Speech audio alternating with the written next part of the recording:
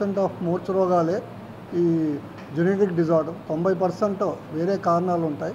అనేక మందికి 20-30 సంవత్సరాల్లో వితౌట్ ఎనీ కారణం అంటే ఇడియోపతిక్ ఫిట్స్ అంటాం రావచ్చు. అలాగే other brain disorders like brain infection అయితే అవ్వచ్చు, మెదడు వ్యాధి అయితే అవ్వచ్చు, లేదా పుట్టుకతో మెదడుకి వచ్చే మెదడు మార్పుల వల్ల కానీ, లేకపోతే brain tumours, brain stroke, head injuries, తలకి దెబ్బతాడడం వల్ల వచ్చే వ్యాధుల వల్ల కూడా ఫిట్స్ వచ్చే అవకాశం ఉంది. సో ఫిట్స్ ఎందువల్ల వచ్చాయో దాన్ని కూడా ట్రీట్ చేయవలసిన అవసరం ఉంటుంది.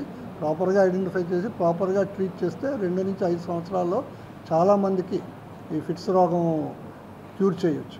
అలాగే ఇప్పుడు ప్రభుత్వం కూడా ఈ ఫిట్స్ని డైవర్స్ యాక్ట్ నుంచి ఇంచుమించుగా లాస్ట్ 20 years బ్యాకే ఇది డైవర్స్ యాక్ట్ నుంచి రిమూవ్ చేయడం జరిగింది. Because it's not a psychiatric illness. ఈ ఫిట్స్ ఉన్న వ్యాధి, ఈ మూర్ఛ రోగం ఉన్న వ్యాధిగ్రస్తులు అందరూ మామూలుగా మ్యారేజ్ చేసుకోవచ్చు, సంసారం చేయొచ్చు, పిల్లల్ని కనవచ్చు.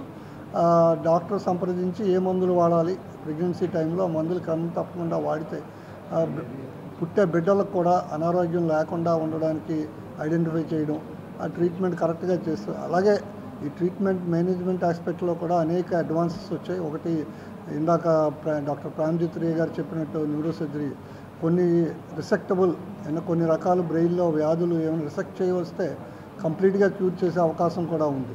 అలాగే other advance like deep brain stimulation, neuro stimulation and other advances చాలా రకాలు ఇందులో వస్తున్నాయి. సో ప్రాపర్గా ఈ వ్యాధిని గ్రహించి ప్రాపర్గా ట్రీట్మెంట్ చేస్తే చాలా మటుకు 90% మందికి మూర్ఛ రోగం నుంచి విముక్తి కలిగించవచ్చు. HOD Neurology of Andhra Medical College. Thank you for all the press for coming here and covering this event.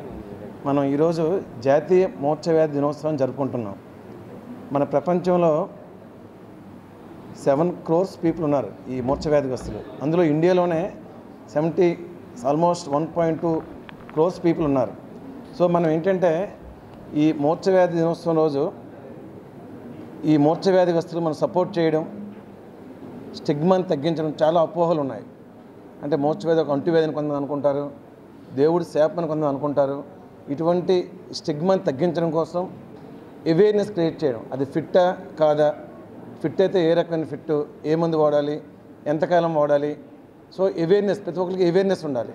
Awareness create చేయడం, స్టిగ్మాని తగ్గించడం, ఎపిలెప్సీ పేషెంట్స్ సపోర్ట్ ఇవ్వడం, ఈ 3 ముఖ్య ఉద్దేశాలతో ఈ యొక్క జాతీయ మూర్ఛ దినోత్సవం 1991 నుంచి డాక్టర్ నిమ్మల సూర్య సార్ ముంబైలో ఆ రోజు నుంచి ఈ రోజు వరకు ఇంతవరకు ఇది జరుపుతున్నాం.